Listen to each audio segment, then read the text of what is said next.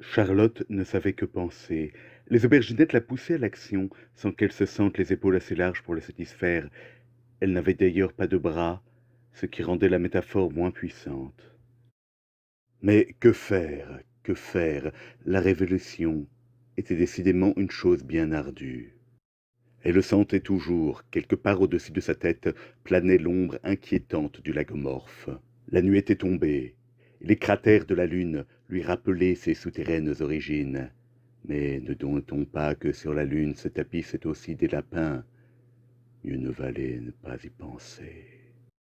La voiture était déjà loin, ses origines cnoniennes plus lointaines encore. Et la voilà mutilée et chargée d'aubergines. Quelle vie! Soudain, un chat surgit et lui dit: Cher ami, ne voudriez-vous pas venir dîner chez moi ce soir? Logiquement, Charlotte répondit: Dieu miséricordieux, un chat qui parle? Le chat, vaguement vexé, rétorqua que depuis le début de cette histoire, les légumes parlaient et que personne ne faisait tout un plat. Qu'est-ce que c'est que ces salades?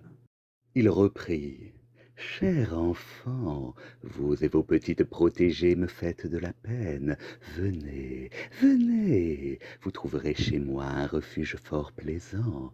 Jamais plus vous ne voudrez le quitter. Charlotte hésitait. L'offre était tentante, mais elle se sentait moralement engagée à fournir une action politique extrêmement violente à ses groupies, pour ne pas perdre la face. Qui plus est, la voix sirupeuse mais néanmoins fort menaçante, à la manière d'un démarcheur de commerce qui venait d'essuyer 5 échecs consécutifs, du chat, ne la rassurait pas. Elle ne savait que faire. Soudain, un homme surgit en marmonnant des choses incompréhensibles. Il fallait croire que dans cette histoire tout le monde se comprenait sauf nous. Et le chat courut se cacher derrière un rocher. L'homme ne vit pas nos légumes et trébucha sur Charlotte.